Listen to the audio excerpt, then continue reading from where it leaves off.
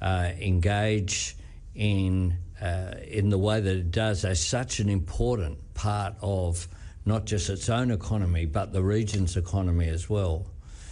So these are challenging times, and we need to recognise that. We need to respond to that in an orderly, cohesive way that seeks to not just develop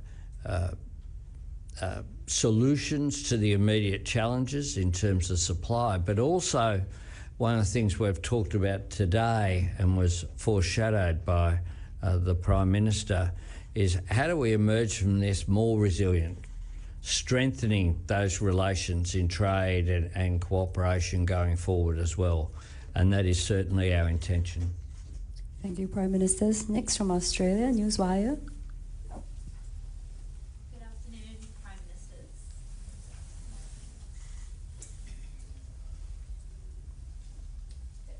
Good afternoon, Prime Ministers. Ria Pandey from Newswire. Prime Minister Albanese, when it comes to energy security, do you think countries should negotiate and pay tolls to pass through the Strait of Hormuz? And Prime Minister Wong, your government has already ruled out these negotiations. Will you then look to rely more heavily on alternative suppliers, including Russia? We think the Strait of Hormuz should be opened, and that is our very clear position, and one we will continue to put, one we've advocated for. Our position on the Strait of Hormuz is clear. It's consistent. We've stated that this is international law, and it's important to us that countries uphold international law, including the right of transit passage through international waterway like the Strait of Hormuz. May I next invite? Because you are asking me then what do we do in terms of energy supplies. As far as energy supplies are concerned, we believe it's a global energy market. Our companies source feedstock from all over the world, subject to prevailing laws and whatever sanctions, regimes, or arrangements are in place. We expect companies to uphold these international agreements and obligations. But subject to that, oil is fungible. As long as more oil enters the global energy market, it is good for the world. And our companies based here in Singapore are deeply connected to the different flows of energy supplies around the world. That's something we've built up over a considerable amount of time as an energy hub, as a refining hub, as an oil trading hub. And so because of that position, because of that strategic position, companies here are able to access flows of oil from different parts of the world, and that ensures that we continue to have feedstock going into our refineries, and our refineries in turn are able to provide supplies to all their different export markets. May I next invite CNA Digital? Good afternoon, Prime Ministers. The first question I have is for Prime Minister Albanese. Is Australia prepared to increase LNG exports to Singapore or the region if supply shocks worsen? And then the next question is to both Prime Ministers. You've both talked about energy resilience in the longer term. Are there discussions on long-term LNG contracts, joint stockpiling, or shared strategic reserves between the two countries to manage future supply shocks? Thank you. On the first question, Australia has been a very reliable supplier of LNG, and we will remain so. Contracts are fulfilled. We believe very critically that our reputation as a reliable supplier of energy, not just to Singapore, but to other nations in the region, is a critical part of the way that Australia is perceived, quite rightly. And what that has done is to lead to confidence as well for investment in extraction of those goods. One of the things that today's agreement speaks about is maximising contributions. So one of the things we want to be, positions we want to be in, is that if Singapore requires through commercial processes requires further LNG, there is over a period of time as well. There's additional fields are going to come online, and we will continue to provide support for Singapore, which is important for your economy, but also produces benefit for Australia. Australia is a very important supplier of natural gas to Singapore. As you heard just now, around 1/3 of our LNG supply comes from Australia. Recently, we have centralized gas procurement for our country. Rather than rely on multiple commercial importers, we have centralized it under one entity, a single gas company. So that allows that single entity to look at managing our overall gas portfolio, diversify different sources, and also manage the risk in terms of the duration of contracts. So this gas company is doing just that right now, overseeing its entire portfolio of gas procurement and looking at how we can best manage the risk. And certainly in the process of doing so, it will look to Australia to assess more gas on a commercial basis and hopefully more long-term gas as well. Next up, from Channel 10, Australia. Thank you, Prime Minister. It's Chloe Boris from 10 News. Prime Minister Wong, if Singapore does have to start restricting exports, will Australia be prioritised?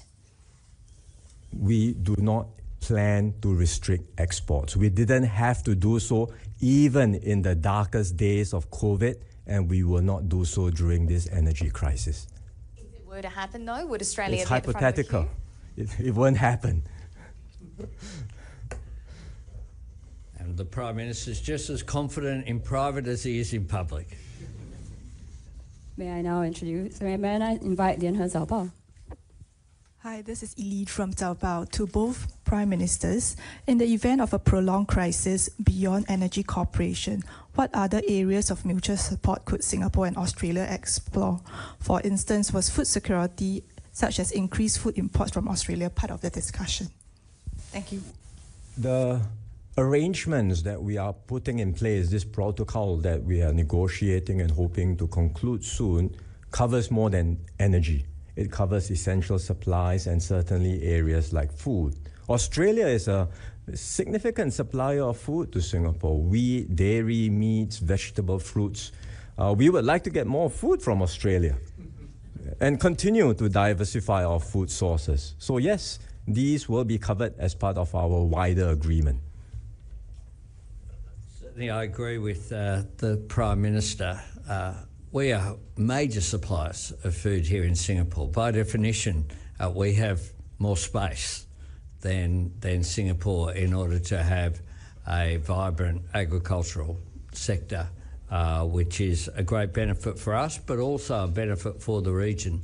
But in addition to that, can I add the issue of defence? So one of the issues that we discussed is visits and using the port here of Singapore for Australian Defence Force will be very important. Australia is a major destination, again, using our space for the training of Defence Force personnel from Singapore, whether it be in Queensland with the Army or whether it be around the Rockhampton area, just north there, or whether it be pilots, both commercial and military, training at Jandakot in WA.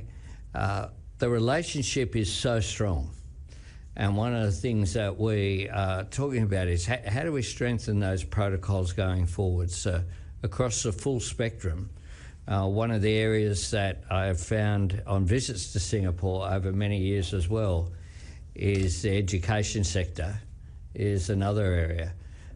There are so many members of the government and other officials who are graduates from Australia.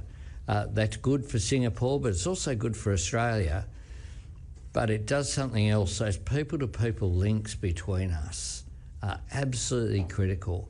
at times like this, being able to pick up the phone and have that sense of familiarity with each other is so important. Lastly, may I invite AFR? Good afternoon, Michael Reid from the Australian Financial Review. Prime Minister Albanese, is the government considering any changes to the tax treatment for new gas export contracts in the May budget? And Prime Minister Wong, would Singapore have any concerns about any moves by Australia to raise taxes on gas exports? We have three priorities when it comes to energy, both now and certainly in the immediate period. They are supply, supply and supply. That is our priority. That is what we are focused on. That is what I'm engaged with. And as well, if there's a fourth, but below supply is price, which is why we changed the fuel tax regime in Australia as well. From our point of view, we import all of the natural gas we need for power generation. And when we procure the natural gas contracts, or when we negotiate these natural gas contracts, they are done on commercial terms. As I mentioned just now, we now have a single entity negotiating these gas contracts. We will look at diversifying from different sources. We will look at different durations of contracts, some spot, some medium term, some longer term, but all to be negotiated on a commercial basis. And certainly we will respect the laws and changes in terms that, or changes in laws and taxes that any export country would like to impose. But we will look at it also at the same time from an overall portfolio, find ways to keep the portfolio price competitive and continue to diversify our different sources. But within that context, I would say all this while we have found Australia to be a very reliable provider of gas, natural gas, and that's why I mentioned just now, certainly from Singapore's perspective, we hope to have more sources from Australia. Excellencies, ladies and gentlemen, we have come to the end of the joint press conference. May I invite the both Prime Ministers for a final handshake shot?